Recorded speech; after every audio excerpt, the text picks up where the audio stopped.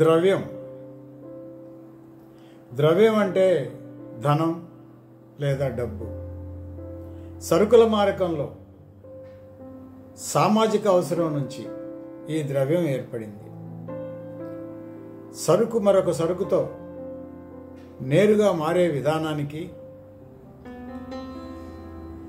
అంటే వస్తు మార్పిడి విధానానికి, డబ్బు ద్వారా సరుకులు మారేటువంటి విధానానికి భిన్నంగా ఉంటుంది.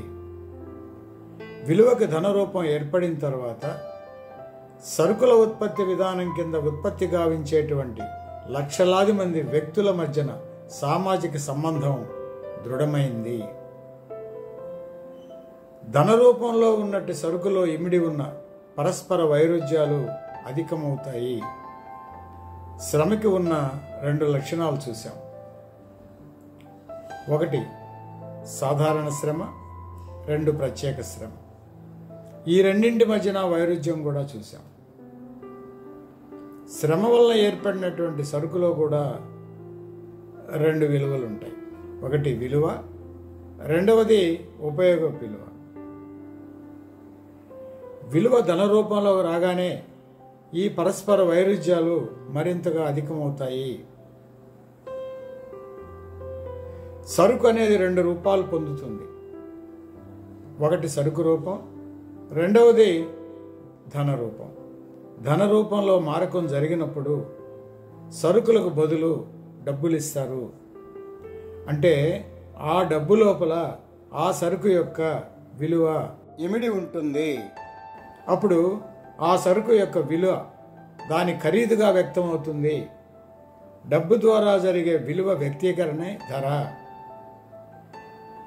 ధనం అనేది విశ్వవ్యాపితమైన సరుకు. విశ్వవ్యాపితంగా అన్ని సరుకులకి అది సరిసమానమైన కొలతగా వ్యవహరిస్తుంది. జనరల్ ఈక్వలెంట్గా వ్యవహరిస్తుంది. అంటే జనరల్ విలువ రూపంగా ఉండి సరుకుల చలామణి సాధనంగా అది వ్యవహరిస్తుంది. ఈనాడు సరుకుల ప్రపంచంలో జనరల్ ఈక్వలెంట్గా ఉండేది బంగారమే. బంగారం కూడా ఒక సరుకే. ఏ సరుకైనా అది సరుకుగా ఉన్నప్పుడు సరుకు లక్షణాలు కలిగి ఉంటుంది. అది కొలమాన సాధనంగా మారినప్పుడే ద్రవ్యము లేదా డబ్బు అవుతుంది. మార్క్స్ చెప్పినట్లుగా క్యాపిటలిస్ట్ ఉత్పత్తి సంబంధాల్లో జరిగే ఉత్పత్తి అంతా కూడా గిల్టు పూత పోయబడి ఉంటుంది. ఆ ధనానికి అమానుష శక్తులు, అన్ని దైవ శక్తులు ఆపాదించబడతాయి. సామాజిక అభివృద్ధి శ్రమ వలనే ఈ ధనం ఏర్పడినప్పటికీ ఈ యొక్క క్యాపిటలిస్ట్ సమాజంలో ఈ ధనం విపరీతమైన ప్రాముఖ్యతని, బలాన్ని అది ఆపాదించుకున్నది. ధనానికి ఉన్నటువంటి గుణం, పరిమాణం అనేటువంటి భిన్న అంశాల మధ్య వైరుధ్యం కారణంగా ఆ ధనానికి ఆ ప్రాముఖ్యత ఏర్పడడం కారణమైంది. అంటే ధనం యొక్క విస్తృతి, పరిమితి, అందులో ఉండే ఆ భిన్న అంశాల మూలంగా ధనానికి, ధనం పట్ల అంత ఆపేక్ష, ప్రాముఖ్యత ఏర్పడ్డాయి. ఉదాహరణకి మీ దగ్గర కొంత డబ్బు ఉంది అనుకోండి. ఆ డబ్బుతో మీరు మీకు కావాల్సినటువంటి వస్తువుల్ని మీరు కొనుక్కోగలరు. ఏ వస్తువులు కొనాలని మీరు అనుకుంటే ఆ వస్తువులు కొనుక్కోగలరు. ఆ విస్తృతమైన అవకాశం ఆ డబ్బు మీ దగ్గర ఉన్నందువలన మీకు కలుగుతుంది. అయితే మీ దగ్గర డబ్బు ఉన్నంత వరకే, ఆ పరిమితి మేరకే మీరు కొనగలరు. కాబట్టి డబ్బులో ఉన్న విస్తృతి, ఆ పరిమితి అనే ఈ భిన్నమైనటువంటి అంశాల మధ్య ఉన్న వైరుధ్యం మూలంగానే డబ్బుకి ఆ ప్రాముఖ్యం, ఆ ప్రాధాన్యత ఏర్పడింది. మార్కెట్ ద్వారా లక్షలాదిగా ఉన్న ఉత్పత్తిదారుల మధ్యన ఏర్పడిన సామాజిక బంధాలని, వ్యక్తిగత శ్రమకు కలిగినటువంటి సామాజిక స్వభావాన్ని ఈ ధనం మరుగున పెడుతుంది. సొంత అవసరాల కోసం చేసుకునేటువంటి ఉత్పత్తి విధానం నుంచి పెట్టుబడిదారీ ఉత్పత్తి విధానంగా మారేందుకు ఈ ధనం దోహదపడింది. ఆదిమ కాలంలో మానవులు జీవించడం కోసం వారు వారి కుటుంబ సభ్యులు కలిసి పనిచేసి అంటే శ్రమ చేసి తమకు అవసరమైన జీవితావసర వస్తువులు తయారు చేసుకొని ఉపయోగించుకొని జీవించేవాళ్ళు. అయితే వాళ్ళకు అవసరమైన అన్ని జీవితావసర వస్తువులు వాళ్లే చేసుకోలేరు. అందుకని తాము చేసుకున్న వస్తువులు తాము వాడుకోగా మిగిలిన వస్తువులను ఇతరులకు ఇచ్చి వారి దగ్గర తమకు అవసరమైన వస్తువులు తీసుకొని ఉపయోగించుకునేవాళ్ళు. దీనినే వస్తు మార్పిడి అంటారు. మారకం జరిగే స్థలాన్ని మార్కెట్ అంటారు. సమాన విలువల మధ్యనే మారకం జరుగుతుంది. మారకానికి పెట్టిన వస్తువుని సరుకు అంటారు. ఈ సరుకు 2 విలువలు ఉంటాయి. ఒకటి విలువ, రెండవది ఉపయోగ విలువ. ఇవి 2 ఒకేసారి కనిపించవు. అట్నే ఈ 2 ఒకరికే కూడా చెందవు. ఒక వ్యక్తి 4 రోజులు శ్రమ చేసి ఒక కుర్చీ తయారు చేసి మారకానికి తెచ్చాడు అనుకుందాం. మరొక వ్యక్తి 4 రోజులు శ్రమ చేసి ఒక దుప్పటిని తయారు చేసి మారకానికి తెచ్చాడు అనుకుందాం. ఆ రెండింటిలోనూ ఒక్కొక్క దానిలో 4 రోజుల శ్రమ ఉంది. సమానమైన శ్రమలతో అవి తయారు చేయబడ్డాయి. సమానమైన విలువలు అందులో ఉన్నాయి. కాబట్టి అవి 2 ఒకదానికొకటి మార్చుకోవడానికి అవకాశం ఉంటుంది. వాటి మధ్య మారకం జరుగుతుంది. సమాన విలువల మధ్యనే మారకం జరుగుతుంది. విలువ అంటే శ్రమ, కానీ శ్రమ అంటే విలువ కాదు. శ్రమ అనగానే విలువ కాదు. అన్ని సందర్భాల్లో శ్రమ విలువగా మారదు. ఒక కుర్చీ 4 రోజుల శ్రమతో తయారైంది ఈక్వల్ టు ఒక దుప్పటి 4 రోజుల శ్రమతో తయారైంది. ఇది సమీకరణ. ఈ సమీకరణలో కుర్చీ ఉండే స్థానాన్ని విలువ సాపేక్ష రూపం లేదా విలువ సాపేక్ష స్థానం, రిలేటివ్ ఫారం ఆఫ్ వాల్యూ అంటారు. దుప్పటి ఉండే స్థానాన్ని కొలమాన రూపం లేదా కొలమాన స్థానం, ఈక్వలెంట్ ఫారం ఆఫ్ వాల్యూ అంటారు. విలువ సాపేక్ష స్థానంలో ఉన్న కుర్చీ తన విలువని కొలమాన స్థానంలో ఉన్న దుప్పటితో పోల్చుకొని తనను అంచనా గట్టి తన విలువని మనకు తెలియజేస్తుంది. అనగా మరొక సరుకుతో తనని పోల్చుకొని అంచనా గట్టి తన విలువని తెలియజేస్తుంది. అందుకనే దీనిని విలువ సాపేక్ష రూపం లేదా విలువ సాపేక్ష స్థానం అంటారు. కొలమాన స్థానంలో ఉన్న దుప్పటి కుర్చీ విలువను కొలిచి ఇంత అని చెప్తుంది. అందుకనే దీనిని విలువ కొలమాన స్థానం అంటారు. మనం అర్థం చేసుకోవడం కోసం క్లుప్తంగా కుర్చీ అమ్మే స్థానంలో ఉందని, దుప్పటి కొలమాన స్థానంలో కొనుగోలు స్థానంలో ఉందని మనం అనుకోవచ్చు. సామాజికంగా సరుకుల ఉత్పత్తి పెరిగి మారకాలు విస్తృతమైనటువంటి పిదప మార్కెట్లో సరుకుల విలువను కొలిచేందుకు ఒకానొక సరుకుని విలువ కొలమాన రూపంగా ఏర్పాటు చేసుకోవాల్సిన అవసరం ఆనాటి సమాజానికి ఏర్పడింది. ఒకతను కుండలు తయారు చేసి మారకం కోసం మార్కెట్కి తీసుకొస్తాడు. ఇంకొక ఆయన ధాన్యం తెస్తాడు, ఇంకొక ఆయన కుర్చీ తెస్తాడు, ఇంకొక ఆయన దుప్పటి తెస్తాడు, ఇంకొక ఆయన వచ్చి జంతు చర్మాలు, ఇంకొక ఆయన ఏనుగు దంతాలు, ఇట్లా ప్రజలు వివిధ రకాలైన ఉత్పత్తులు తయారు చేసి వాటిని మార్చుకోవడం కోసం మార్కెట్కి వస్తారు.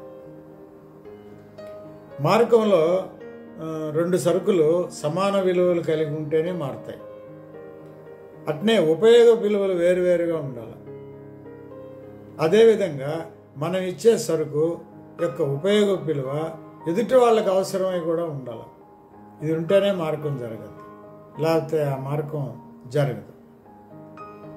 సరుకుల ఉత్పత్తులు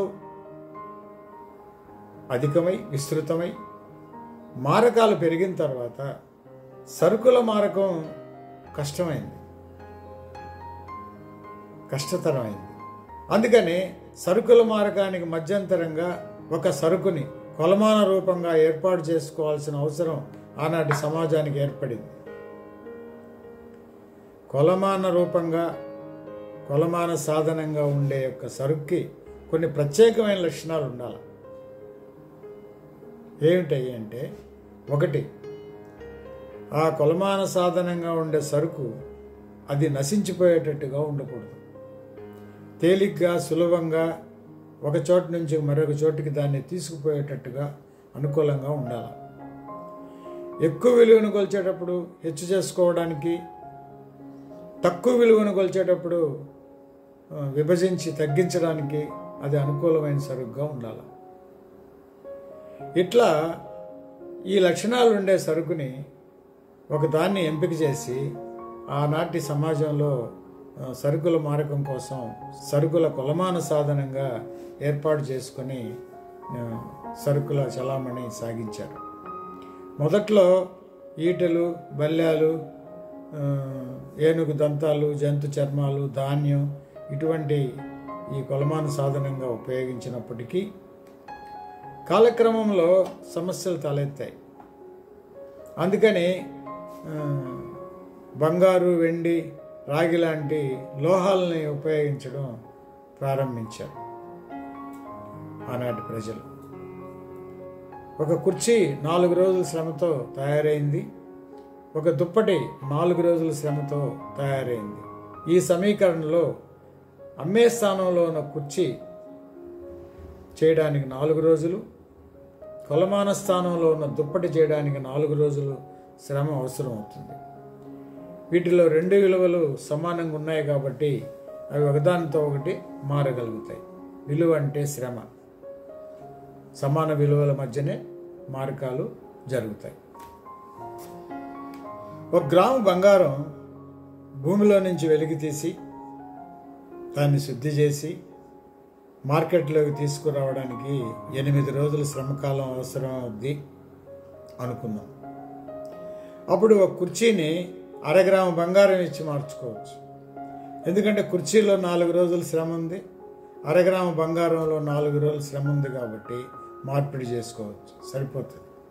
కుర్చీ విలువని కొలవడానికి 1/2 గ్రాము బంగారం కొలమానంగా పనిచేస్తుంది. 1/2 గ్రాము బంగారంతో ఒక కుర్చీ కానీ ఒక దుప్పటి కానీ మనం కొలమానంగా ఇచ్చి తీసుకోవచ్చు. ఒక పని దినంలో సగటు కూలి 1000 రూపాయలు ఉంది అనుకుందాం. అప్పుడు బంగారం వెలికి తీయడానికి 1 గ్రాము వెలికి తీయడానికి 8 రోజులు శ్రమకాలం పడద్ది కదా. 8 రోజులకి ద్రవ్య రూపంలో మనం అర్థం కావడం కోసం 8,000 అవుతుంది. 1/2 గ్రాము బంగారం 4,000 అవుతుంది. ఒక 1/2 గ్రాము బంగారంతో ఒక ముద్రిక తయారు చేశారు, బంగారు ముద్రిక అనుకోండి. ఆ ముద్రిక ఇచ్చి కుర్చీ తీసుకోవచ్చు. 25 గ్రాము బంగారంతో 2 ముద్రికలు తయారు చేస్తే, ఒక్కొక్క ముద్రిక 25 గ్రాముల లెక్కన తయారు చేస్తే 2 ముద్రికలు ఇచ్చి కుర్చీ తీసుకోవచ్చు, లేదా దుప్పటి తీసుకోవచ్చు. 125 మిల్లీగ్రాముల బంగారంతో ముద్రికలు తయారు చేస్తే 4 ముద్రికలు ఇచ్చి దుప్పటి కానీ కుర్చీ కానీ తీసుకోవచ్చు. సరుకుల మారకం విస్తరించిన తర్వాత బంగారు, వెండి లాంటి లోహాలు కొలమాను సాధనాలుగా వాడడం మొదలైన తర్వాత మొదట ఈ లోహాలతో నిర్దిష్టమైన తూకాలతో ముద్రికలు ముద్రించుకుని వ్యాపారస్తులు సరుకుల లావాదేవీ జరపసాగారు. ఈ పద్ధతిని ప్రజలు కూడా ఆమోదించి అంగీకరించి వాళ్ళు కూడా ఈ ముద్రికలను ఉపయోగించి సరుకులు కొనడం, అమ్మడం జరపసాగారు.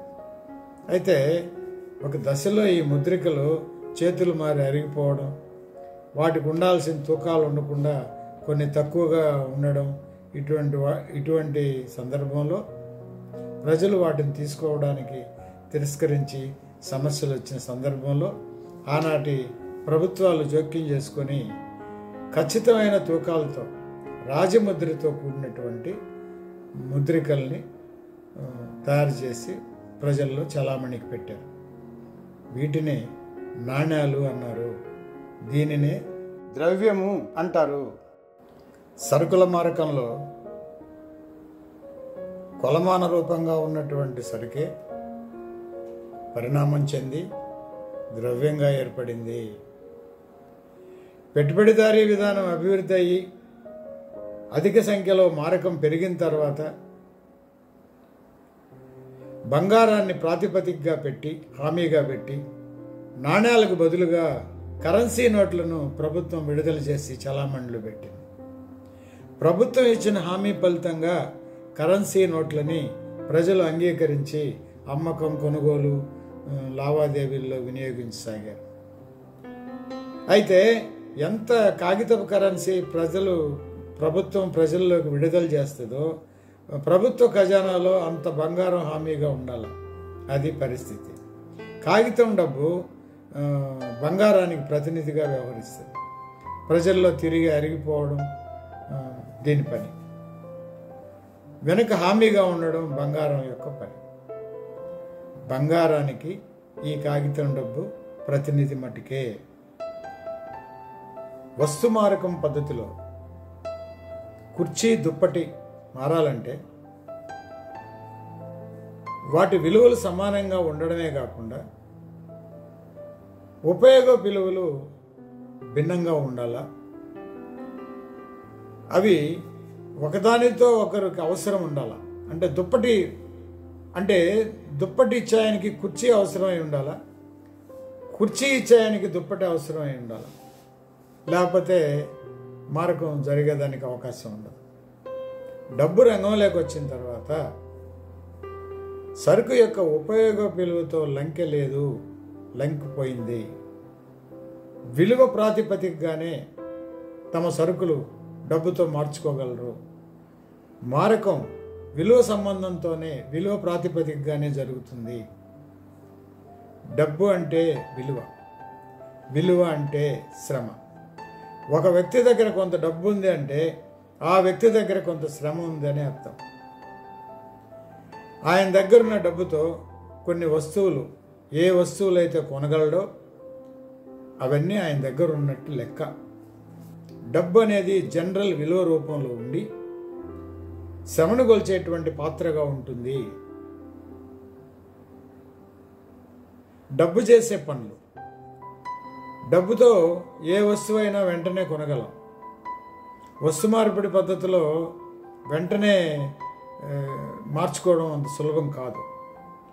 డబ్బు సరుకుల విలువను కొలుస్తుంది. సరుకుల చలామణి సాధనంగా అది పనిచేస్తుంది. చెల్లింపు సాధనంగా కూడా పనిచేస్తుంది. డబ్బు ప్రపంచధనంగా పనిచేస్తుంది. డబ్బు విలువను కూడబెట్టడానికి, దాచుకోవడానికి, బాకీలు తీర్చడానికి కూడా అది ఉపయోగపడుతుంది.